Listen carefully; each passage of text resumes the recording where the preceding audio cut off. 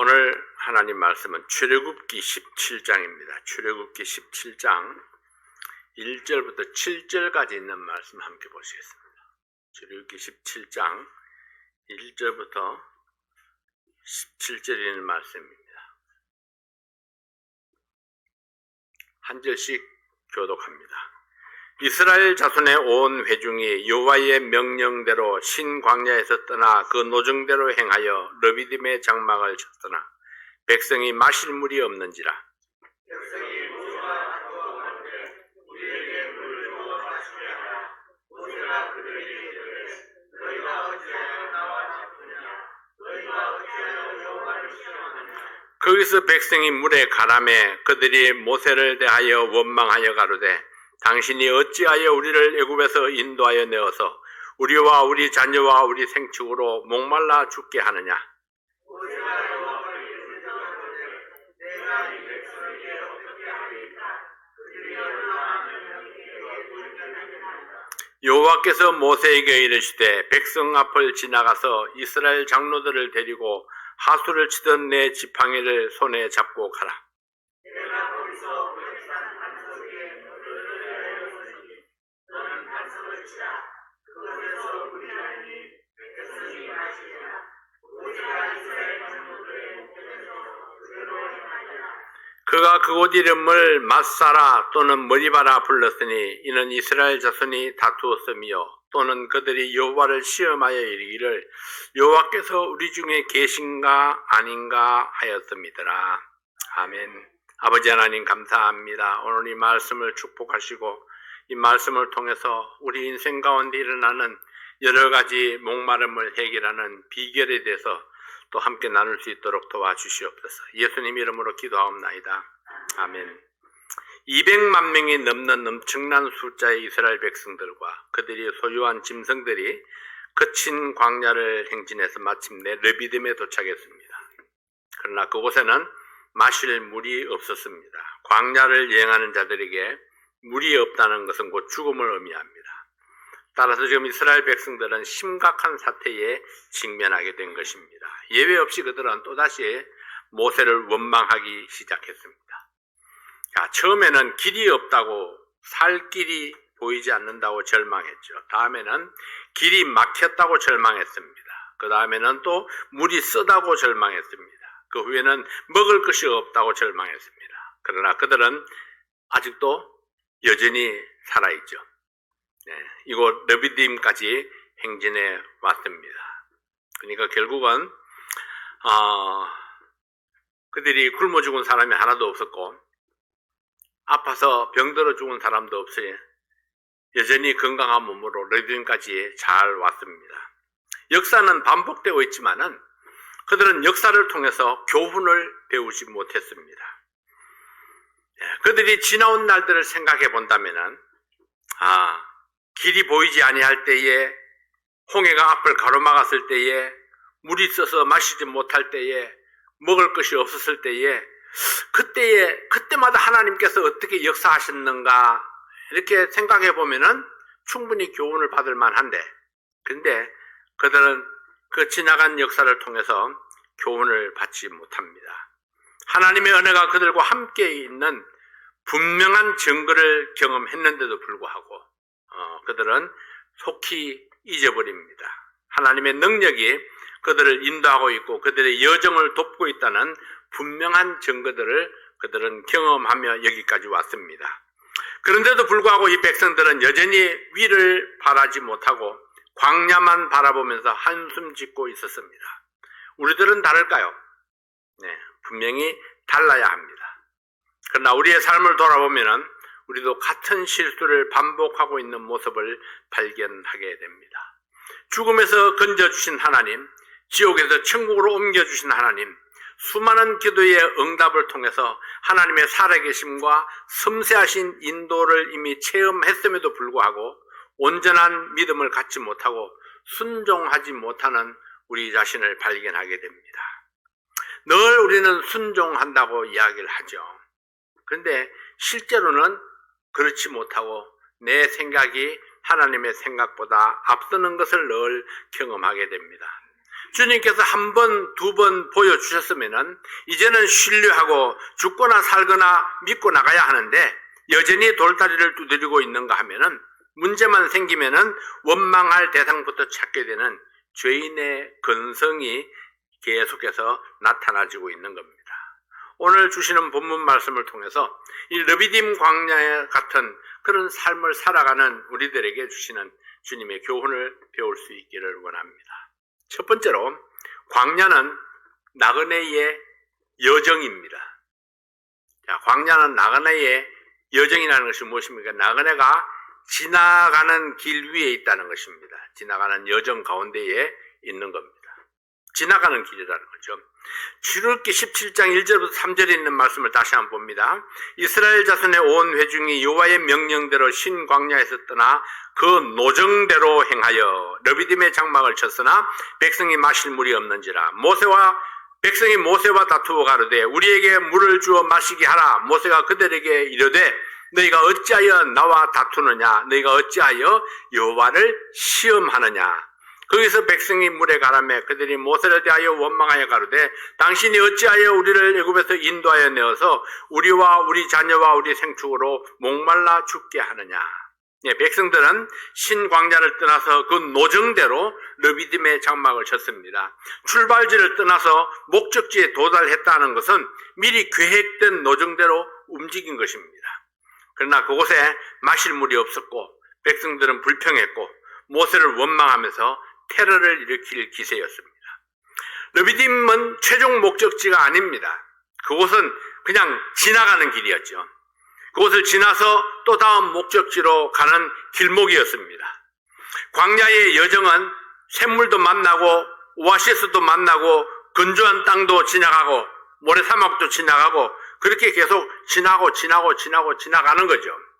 예, 지나가는 가운데에 어려움도 만나고 고난도 당하고 그리고 또 하나님께서 가끔 주시는 오아시스를 통해서 신선한 것도 맛보고 이렇게 지나가는 거죠. 문제는 이 백성들이 급핏하면은 원망과 불평을 쏟아내고 모세를 대적한다는 것입니다. 모세에게 항의합니다. 당신이 어찌하여 우리를 애굽에서 인도하여 내어서 우리와 우리 자녀와 우리 생축으로 목말라 죽게 하느냐? 자, 이들이 억지로 끌려 나왔나요? 억지로 끌려 나온 사람은 아무도 없었을 거예요. 그 긴박한 순간에 이것만이 살 길이다 생각하고 뛰쳐나왔을 겁니다. 급하게 반죽이 부풀기도 전에 그냥 싸들고 애굽을 뛰쳐나왔던 사람들입니다. 모세도 하나님께 붙들려서 하나님의 말씀대로 순종한 사람입니다. 모세는 하나님을 시험하지 말라, 하나님께서 필요한 것을 주시지 않겠느냐 그렇게 호소했지만은 백성들은 애굽에서 인도하신 구원의 은혜를 무시하고 원망의 소리를 높였던 것입니다. 그들은 광야 여정의 속성을 몰랐습니다. 1965년에 최준 씨가 불렀던 하숙생이라는 노래를 혹시 아십니까? 역시 그 노래 첫 가사에 보면은 인생은 나그네 길, 어디서 왔다가 어디로 가는가 이런 질문으로 시작을 합니다. 인생이 나그네 길이라는 것을 알았지만은 어디서 와서 어디로 가는지는 알지 못했기 때문에 결국 마지막에 뭐라고 이야기합니까? 정처 없이 흘러서 간다 이렇게 끝을 맺고 있습니다. 정처 없이 흘러서 간다. 수많은 사람들이 인생은 나그네와 같다는 말에는 동의합니다. 그러나 어디서 와서 어디로 가는지 그 답을 알고 있는 사람과 모르는 사람의 삶에는 엄청난 차이가 있습니다. 어디로 가는지 모르는 사람은 마지막 종착지를 알지 못하기 때문에 인생을 사랑하지 못하고 끝없이 방황하고 갈증에 허덕이면서 정처 없이 흘러가는 것입니다. 그러나 어디서 와서 어디로 가는지를 아는 사람, 출발점이 있고 목적지를 아는 사람, 길을 안내하는 지도가 있고 인도자가 있는 사람은 다릅니다. 어려움을 많아도 방황하지 않습니다. 때로 배가 고프기도 하고 목이 마르기도 하고 길이 험하기도 하고 그렇지만은 마지막 목적지를 향해서 지나가는 과정에 불과한 겁니다. 그 모든 어려움들이 다 지나가는 과정 속에 있다는 거죠. 자, 여러분은 어떠한가요? 어디서 왔는지 출발점을 아십니까? 어디로 가는지 목적지가 있습니까? 네, 여러분의 여정을 돕는 목자가 있습니까? 네, 여러분의 인생 여정을 격려하고 힘을 주시고 마침내 목적지에 이르게 하시는 그런 성령을 여러분 모시고 있습니까? 예라고 하셨나요? 네, 성령을 모시고 있다고 하셨습니다. 그렇다면 여러분 뭐가 걱정입니까? 목적지에 다다를 것을 확신하고 있다면, 나를 인도하는 분이 계시다면, 나를 돕는 분이 계시다면, 그렇다면 뭐가 걱정입니까? 엎어져도 넘어져도 일어나면 되는데요. 다시 가면 되는데, 우리는 언제나 이런 믿음을 가지고 삽니다. 오늘은 날씨가 구절지라도 내일 또다시 해가 뜬다. 네, 내일 비가 올지라도 언젠가 다시 햇빛이 쨍쨍 내리 쪼이는 날이 오게 된다. 그래요. 우리의 삶이 어렵고 힘든 그런 일이 있을지라도 또다시 새로운 태양이 뜹니다. 그리고 새로운 날이 시작이 되죠. 그리고 하나님께서 새로운 힘을 우리에게 불어넣어 주십니다. 여러분의 인생 여정을 격려하고 힘을 주시고 마침내 목적지에 이르게 하시는 그런 성령이 계시다면은 넘어지고 깨어지고 지치고 피곤해도 다시 일어나서 걸어갈 목표가 있고 영혼이 살 집이 있다면은, 그렇다면 여러분 그냥 툴툴 털고 다시 출발할 수 있지 않을까요? 인생은 어차피 지나가는 과정이니까요. 자, 인생들 한번 생각해 보십시오. 어떤 사람들은 자수성가한 사람도 있고, 어떤 사람은 부모로부터 좋은 것들을 물려받아서 호의호식하면서 지나가는 사람도 있습니다. 자, 어떤 사람은 큰 성공을 거둔 사람도 있고, 어떤 사람은 여전히 어려움 중에 있는 사람도 있습니다. 근데 오늘을 기점으로 뒤돌아놓고 보면요, 이 사람이나 저 사람이나 별반 다를 바가 없습니다. 그냥 다 거쳐서 지나왔어요. 진창길을 걸어왔든지 산길을 걸어왔든지 모래사막을 걸어왔든지 지나온 날들을 보면은 오늘날에 이르러서 보면은 다 똑같아요. 다만 다른 점이 있다면은 어떤 사람은 여전히 목표를 향해서 가고 있고, 어떤 사람은 아직도 목적지를 모르고 헤매고 있다는 것. 그것이 차이죠. 지나온 날들이 어떻게 살아왔느냐보다 중요한 것은요, 앞으로 내가 살아갈 목적지가 있느냐 하는 것입니다. 내가 목표를 분명히 알고 있느냐 하는 거죠. 그리고 내가 쓰러졌을 때에 누군가 나를 붙들어 일으키는 분이 있었느냐 하는 겁니다. 내가 어렵고 힘들 때에 함께 손잡고 갈 수 있는 그런 사람이 있느냐 하는 거죠. 그래서 옛날부터 부모 팔아 친구 산다는 말이 있죠. 그것은 나와 함께 어려움을 어깨동무하고 걸어갈 사람이 중요하다는 사실을 이야기해주고 있는 겁니다. 부모님은 나보다 먼저 떠나갈 뿐이죠. 언젠간 나보다 먼저 떠나갈 뿐입니다. 아무리 오래 살아도 그렇죠. 그래서 우리는 함께, 내가 손잡고 함께 갈 수 있는 사람, 내가 지치고 피곤할 때 나를 붙들어 일으켜줄 수 있는 사람, 그런 사람이 있다는 것이 우리에게 얼마나 중요한지 모릅니다. 자, 우리의 인생 여정에 어떤 사람에게는 모래사막도 지나가고 메마른 광야도 지나가고 자갈길도 지나가지만은 때때로 웅덩이도 만나고 작은 샘물도 만나고 울창한 숲을 지나게 됩니다. 도둑도 만나고 사기꾼도 만나고 강도도 만나지만은, 그렇지만 이것도 지나가리라. 어떤 사람에게는 사막을 지나는 시간이 조금 깁니다. 어떤 사람에게는 울창한 숲 속에서 길을 잃기도 합니다. 어떤 사람은 샘물을 찾아 헤매다가 물을 찾지 못하고 갈증 속에 고통하기도 합니다. 이것이 인생이고, 그러나 이것도 지나가는 과정이라면 우리에게 중요한 것이 무엇일까요? 인내심, 기다리는 것, 끈기를 가지고 목표를 향해서 계속해서 걸어가는 것, 좋은 친구를 만나는 것, 좋은 인도자를 만나는 것, 어떤 친구를 만나는가, 어떤 인도자를 만나는가에 따라서 내 인생의 색깔이 달라질 것입니다. 인생의 나그네라는 것은 어느 한 곳에 머무를 수가 없다는 것입니다. 작은 샘을 지나고 또 큰 샘을 지나고 숲을 지나서 계속해서 걸어가야만 하는 나그네, 드디어 목표 지점에 이를 때까지 우리 인생의 여정은 끝나지 않습니다. 욥은 인생은 고난을 위해서 태어났다고 말했습니다. 시편 기자는 인생을 가리켜서 들의 풀과 같다고 했습니다. 그리고 그 인생의 영화가 풀의 꽃과 같다고 말했습니다. 들풀은 순식간에 시들고 꽃은 떨어지고 맙니다. 결국 광야에서는 인생의 만족이 없습니다. 어떤 샘물을 만나도 그것을 만족할 수가 없습니다. 마시고 또 지나가야 하니까요. 거기 계속 머물러 있는 것이 아니라 좋은 샘물을 만나도 그거 마시고 힘을 내서 또 거기를 지나가야 하는 겁니다. 다 지나갑니다. 돈도 지나가고 명예도 지나가고 사업도 지나가고 또 내가 맡았던 붙들었던 일도 다 지나갑니다.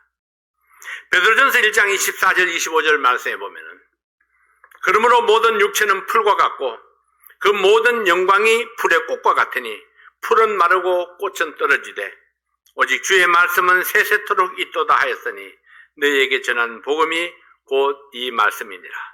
끝까지 우리의 나그네 길을 안내하고 이끌어주는 길잡이는 하나님의 말씀입니다. 하나님의 말씀, 그 약속의 말씀만이 영원합니다. 그 약속의 말씀이 믿음을 만들고 믿음이 역사를 만들어 갑니다.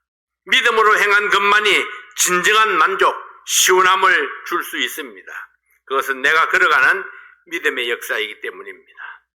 히브리서 11장은 믿음의 장입니다. 믿음의 선진들의 그 믿음으로 이룬 일들을 거기에 소개하고 있습니다. 사람은 역사 속에 사라졌지만은 여전히 우리 가운데 영향을 미치는 그들은 세세토록 살아있는 하나님의 말씀을 믿는 믿음으로 살았기 때문입니다.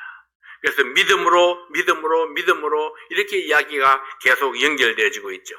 영원히 가치 있는 것들을 위해서 잠시 내게 맡겨진 것들을 투자하는 지혜를 가져야 됩니다. 세상이 메마르다고 원망할 필요가 없습니다. 세상이 고달프다고 한탄할 필요가 없습니다. 인생이 피곤하고 힘들다고 비관할 필요도 없습니다. 왜? 인생이 원래 다 그런 거니까요. 네. 원래 다 그렇다고 생각하면은 별로 또 어려운 것이 없습니다. 어려움이 있어도 원래 인생은 다 그런 거야. 네. 인생은 광야, 고난의 연속입니다. 그 인생길을 가는 동안에 발버둥치며 추구했던 돈도 지나가고 명예도 지나가고 사람도 지나갑니다. 사업도 지나가고 일도 지나갑니다. 광야는 나그네의 여정 중에 하나일 뿐입니다. 자, 광야에서 역사하시는 주님을 찾고 바라보는 것이 바로 믿음입니다. 그래서 인생이 나그네라면, 나그네 여정길이라면 우리는 오늘도 지나가는 것들이 너무 좋은 것들이 닥쳐도 그 좋은 것들이 계속 머물면 좋겠는데 그 좋은 것들도 그냥 지나갑니다. 네.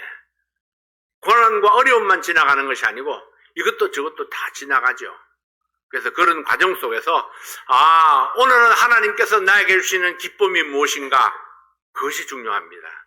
오늘 하루를 살아가면서 또 하나님께서 나에게 주시는 교훈은 무엇인가? 내가 오늘은 무엇을 위해서 살았던가? 네, 이것이 중요하죠. 그래서 이것도 저것도 다 지나가는 것들을 붙드는 것이 아니라 오늘 매일매일을 하나님 앞에 내가 어떤 삶을 살았는가, 또 어떤 삶을 내일은 살 것인가? 네, 하나님 말씀이 우리에게 바른 해답을 줄 수 있기를 원합니다. 두 번째로 욕망은 갈증을 불러옵니다. 갈증은 욕망을 통해서 찾아오는 불청객입니다. 욕망을 따라가는 사람은 만족이 없습니다. 인간의 욕망은 바닥도 없고 끝도 없습니다. 얼마나 넓고 깊고 높은지 측량할 수도 없습니다. 그래서 가져도 부족하고 마시고 또 마셔도 갈증이 해소되질 않습니다. 갈증에 시달린 그들은 지금까지 그들을 인도해 오신 하나님을 찾기보다는 물을 찾기에 급급했고 모세를 찾아 원망하기에 급급했습니다. 그들은 광야에서 대도시를 꿈꾸었는지도 모릅니다. 네, 출애굽기 17장 3절을 말씀해 보면 거기서 백성이 물에 가라매 그들이 모세를 대하여 원망하여 가로되 당신이 어찌하여 우리를 애굽에서 인도하여 내어서 우리와 우리 자녀와 우리 생축으로 목말라 죽게 하느냐. 네, 불평하고 원망하는 사람은 대체적으로 상황을 과대 포장합니다. 추워 죽겠다, 배고파 죽겠다, 목말라 죽겠다, 피곤해 죽겠다. 네, 사람들은 늘 힘들면 죽겠다고 하소연합니다. 힘들 수 있습니다. 목마를 수 있습니다. 그러나 지금까지 하나님께서 목마르면은 마시게 하셨고 배고프면은 먹게 하셨습니다. 조금 힘들고 고생스러워도 우리가 하나님을 믿고 참고 견디면은 그러면 얼마나 좋을까요? 등산이나 캠프장에서 음식이나 잠자리를 탓하는 사람들은 등산이나 캠프를 즐길 수 없습니다. 나그네는 가는 길을 탓하지 아니하고 즐거운 여행을 이어갈 수 있습니다. 나그네 여정에는 고생을 당연하게 받아들이는 지혜가 필요합니다. 왜냐하면 집이 아니니까요. 이것을 잘 이해하지 못하면 여러 가지 갈증에 허덕이게 됩니다. 돈에 대한 욕망, 명예에 대한 욕망, 욕구 충족에 대한 욕망, 추구하면 추구할수록 더욱더 큰 욕망에 허덕이게 되는 것을 보게 됩니다. 어떤 현자는 말하기를 황금이 흐르는 강물처럼 많을지라도 인색한 부자의 탐욕을 채울 수 없다. 그렇게 이야기했습니다. 황금이 흐르는 강물처럼 많을지라도 인색한 부자의 탐욕을 채울 수가 없다. 인간의 욕망은 바닷물 같아서 마시면 마실수록 갈증이 더욱더 심해진다 했습니다. 마태복음 19장 16절에 한 부자 청년이 예수님을 찾아왔습니다. 그는 열심히 하나님의 율법을 지켰습니다. 그러나 그에게는 여전히 해결되지 않는 갈증이 있었습니다. 부자가 해결하지 못합니다. 율법이 해결하지 못했습니다. 젊음도 해결하지 못합니다. 그래서 그는 이 문제를 들고 예수님을 찾아왔습니다. 내게 있는 것을 팔아서 가난한 자들에게 주라. 그 예수님의 말씀을 듣고 그는 걱정이 많습니다. 재물에 대한 그의 욕망이 예수님의 말씀을 순수하게 받아들이지 못하게 했습니다. 안타깝게도 그는 근심하며 예수님을 떠나갔습니다. 욕망을 버리지 못하면 갈증은 해소되지 않습니다. 나그네는 짐이 가벼워야 합니다. 저는 혼자 한국에 가면은 3, 4주 동안 양복까지 준비해도 핸디캐리 하나, 컴퓨터 가방 하나면 충분합니다.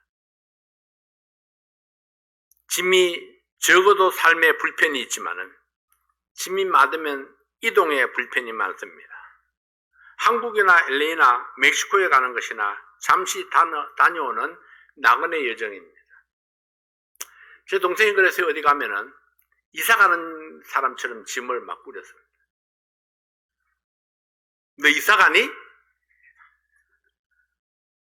며칠 동안 여행 가는데 엄청나게 짐을 막 꾸리는 거야. 언젠가 우리 교회 성도 중에서도 하루 저녁 저 아래 크리스천 아카데미 그 밑에 왜 요즘 그 교회 있잖아요. 세들락. 그 교회에 하루 저녁 갔다 오는데 여행 가방, 큰 가방 그걸 들고 나왔습니다. 교회 밴을 타고 가는데 너 여행 가니?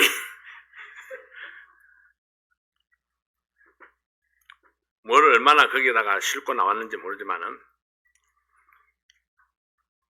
나그네는 짐이 가벼워야 합니다.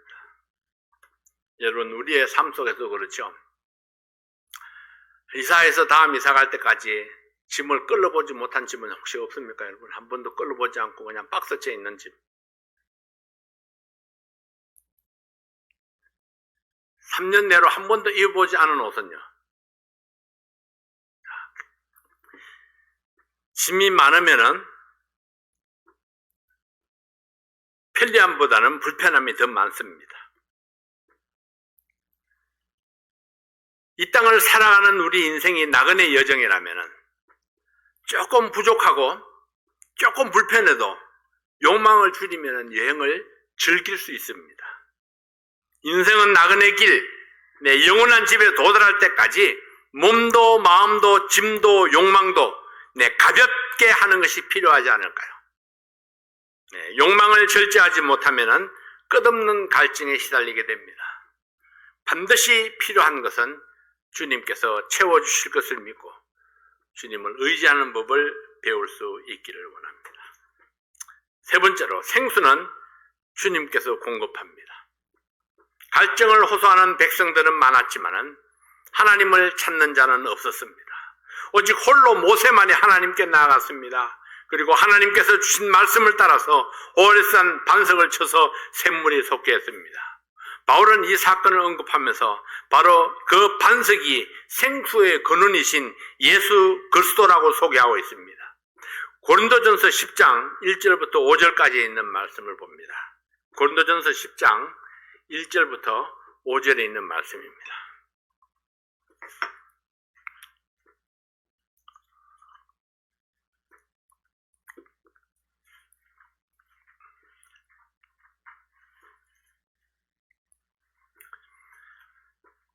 형제들아 너희가 알지 못하기를 내가 원치 아니하노니 우리 조상들이 다 구름 안에 있고 바다 가운데로 지나며 모세에게 속하여 다 구름과 바다에서 침례를 받고 다 같은 신령한 식물을 먹으며 다 같은 신령한 음료를 마셨으니 이는 저희를 따르는 신령한 반석으로부터 마셨음에 그 반석은 곧 그리스도시라. 그러나 저희의 다수를 하나님이 기뻐하지 아니하신 고로 저희가 광야에서 멸망을 받았느니라. 이 얼마나 놀라운 말씀입니까? 사도 바울은 이 5절, 5절의 말씀에 출애굽기 전체를 다루고 있습니다. 바울은 고린도교회 성도들에게 그리스도인이라면 어떤 삶을 살아야 하는지 분명하게 가르치기를 원했습니다. 바울은 르비딤 생수 사건을 설명하면서 생수를 내신 반석은 예수 그리스도라 가르치고 있습니다. 우리의 나그네 길에 생수 같은 분, 갈증을 해소시켜 주시는 분, 새 힘을 얻게 하시는 분은 바로 예수 그리스도입니다. 광야와 같은 인생길을 가노라면 필연적으로 겪어야 되는 갖가지 갈증들이 있습니다. 이 갈증들을 해결해 주실 수 있는 분은 오직 예수 그리스도뿐입니다. 그리스도가 주시는 것만이 변하지 아니하고 만족을 주는 생수가 되기 때문입니다. 요한복음 4장 14절 말씀에 보면은 내가 주는 물을 먹는 자는 영원히 목마르지 아니하리니 나의 주는 물은 그 속에서 영생하도록 솟아나는 샘물이 되리라. 예수님께서 주시는 샘물을 마시면은 그 샘물 속에서 그 마신 것 속에서도 계속해서 솟아난다는 것입니다. 사실 이론적으로 모르는 사람이 별로 없지만은 우리가 부자가 된다 해도 권력을 쥔다 해도 명예를 얻는다 해도 그리스도가 없으면은 타는 갈증을 해소할 방법이 없습니다. 나에게 그리스도가 있다는 것은 무슨 뜻입니까? 그것은 단순히 구원받았다는 의미만은 아닙니다. 그것은 예수님이 내 마음속에 있다는 것 이상입니다. 내가 내 마음속에 살아계시는 주님께 순종할 때에 그 속에서 생수가 솟아나고 계속해서 솟아나고 갈증이 해소되고 새 힘을 얻게 된다는 것입니다. 그것은 내가 그분의 말씀대로 온전히 순종한다는 의미입니다. 그의 말씀에 순종하지 아니하면은 여러분 주인이 있으나 마나입니다. 그리스도의 말씀 앞에 신실하게 순종할 때에 그의 물질이 행복일 수 있습니다. 그리스도의 말씀 앞에 신실하게 순종할 때에 그의 명예가 행복일 수 있습니다. 오늘도 주님께서 갈증으로 시달리는 성도들을 향해 부르고 계십니다. 수고하고 무거운 짐진 자라 다 내게로 오라. 내가 너희를 쉬게 하리라. 이스라엘 백성들은 출애굽 후에 계속적으로 고난을 받았고 하나님의 기적을 맛보았습니다. 하나님께서는 그들에게 고난을 통해서 하나님을 의지하는 법을 가르쳤습니다.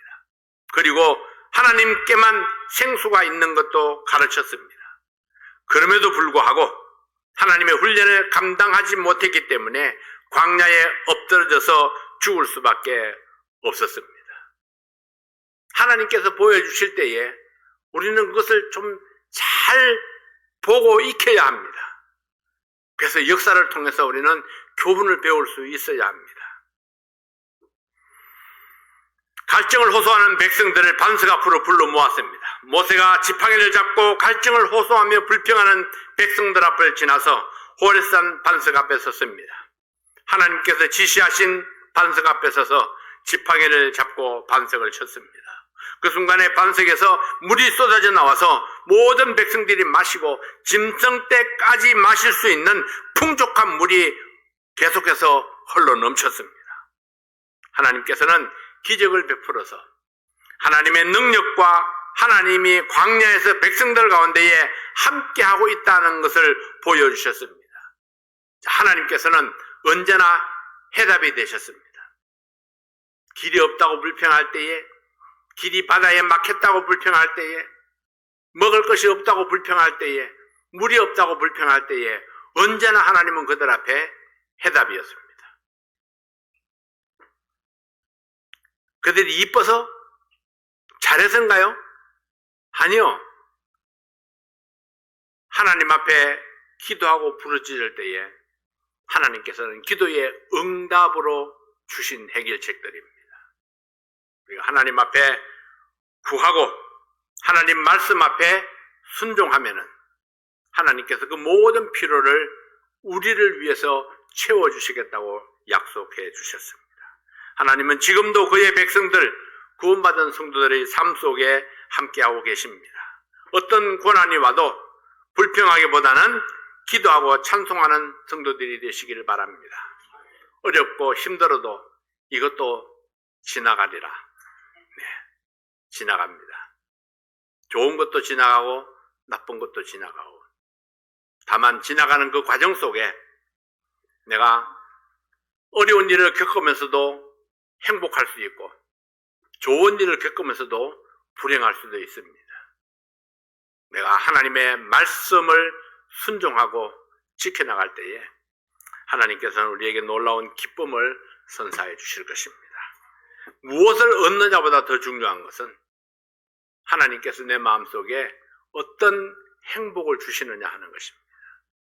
결국은 우리가 원하는 것은 물질이 아니라 행복입니다. 만족함이죠.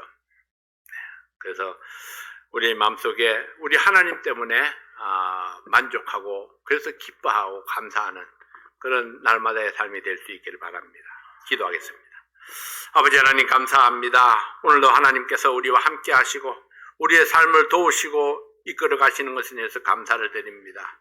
우리가 나그네 인생길을 지나갈 때에 여러 가지 고난과 어려움과 부족함을 겪지만은 그러나 그 모든 것들을 지나가면서 내가 하나님을 의지하고 또 하나님께서 주시는 응답을 받으면서 하나님께서 주시는 그 해답을 통해서 내 마음속에 참 만족과 참 기쁨을 얻을 수 있으니 감사를 드립니다.